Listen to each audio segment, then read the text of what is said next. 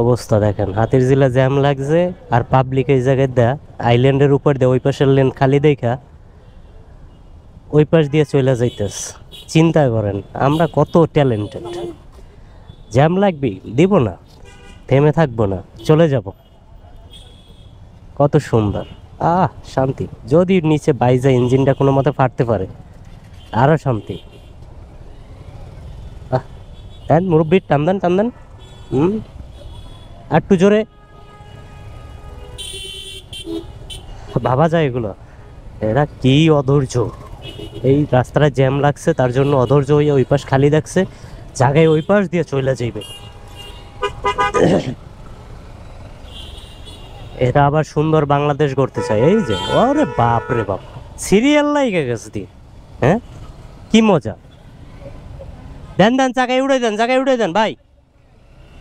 এই আর একটু জোরে দেন দেন, ফার্স্ট গিয়ার টান দেন, দেন দেন, জাগান, হালকা জাগান। এই তো এভারেস্ট জয় করে ফেলাইছেন।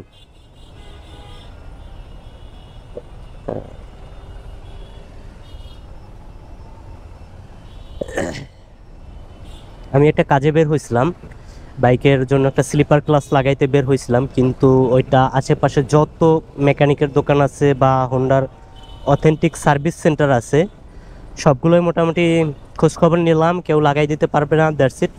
এখন যাইতেছি একটু পুলিশ প্লাজার ওইদিকে কিছুক্ষণ আড্ডা দিয়ে বাসায় যাব। তারপর হচ্ছে কালকে সকালে ফতুল্লা যাব। পুরো রাস্তা আজকে জ্যাম, সো এখন বের হইয়া লাভ নাই।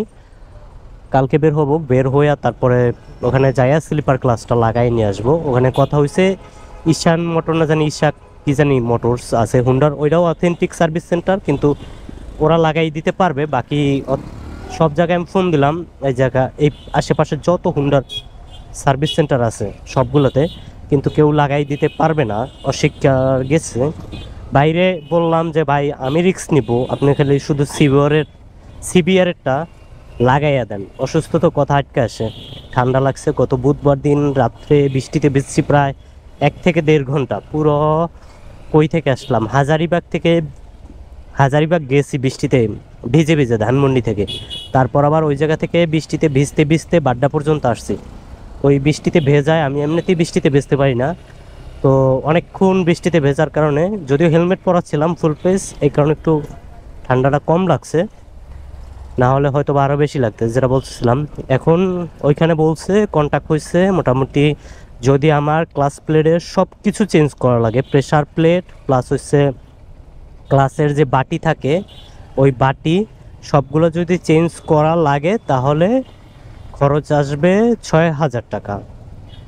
আর যদি ক্লাস প্লেটের বাটি বা প্রেসার প্লেট যদি চেঞ্জ না করা লাগে তাহলে খরচ কিছুটা কমবে। আর সর্বমোট 6,000 সামথিং খরচ হইতে পারে, যেহেতু আরেকটা ইঞ্জিন অয়েল দিতে হবে, সেখানে আছে 1400 টাকার মতো, তো 7,500 টাকার মতো খরচ। যাতায়াত খরচ, এই মোটামুটি যাতায়াত খরচ তার এর মধ্যে না, খাওয়া দাওয়ার খরচ আছে, হয়তো বাসাতে কেউ থাকবে, এই খরচ তো আলাদা। আর বাঙালির ধৈর্য টিকে না, এদিকে আমার ধৈর্য কত দেখেন। আমি আজকে বের হয়েছি, সব জায়গায় খুঁজা কোথাও এক জায়গায় অলমোস্ট কথাও বলছিলাম, বলছে ভাই প্রাইস তো এখন জানতে পারবো না। আবার ওদের ওখানে আমি যে ইঞ্জিন অয়েলটা ইউজ করি ওই ইঞ্জিন অয়েলটাও নাই।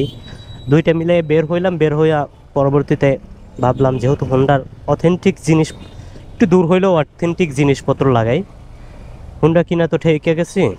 এগুলো মনে করেন ইয়ামাহা হইলে কোনো ব্যাপার ছিল না, আশেপাশে বহুত অথেন্টিক জিনিসপত্র পাওয়া যেত, অনেক মেকার পাওয়া যেত যারা ইয়ামাহার কাজ বোঝে। বাট হোন্ডার নাকছিটানি, সবার নাকছিটানি হোন্ডার ব্যাপারে। এখন কালকে যাইয়া দেখি। আর এই অধৈর্য বাংলাদেশে আমি একটু ধৈর্য নিয়ে বসে থাকি কালকে পর্যন্ত। So bye bye, tata. আর সবাই এরকমের দুর্নীতি থেকে দূর থাকেন, কেউ দুর্নীতি করবেন না, সবাই একটু দূর হন দুর্নীতিবাজ থেকে। এই যে লাভ হইলো কি, ওই তো উপরেও জ্যাম, আখেরে তো কোনো লাভ হয় নাই, কারণ জ্যাম তো ওইদিকে গুলশনে নাকি ঝামেলা হইতেছে, তার জ্যাম আসছে এইদিকে, তো ওইদিকে এদিক সব মিলে তো জ্যাম। ভাই এতক্ষণ বেদিক তো দেখেন না, ওই পাশ দেখালে আইল্যান্ডের উপর দিয়ে উঠে গেছে। দুজনে মিলে ধরে চাক্কা জাগাই জাগাই নিছে।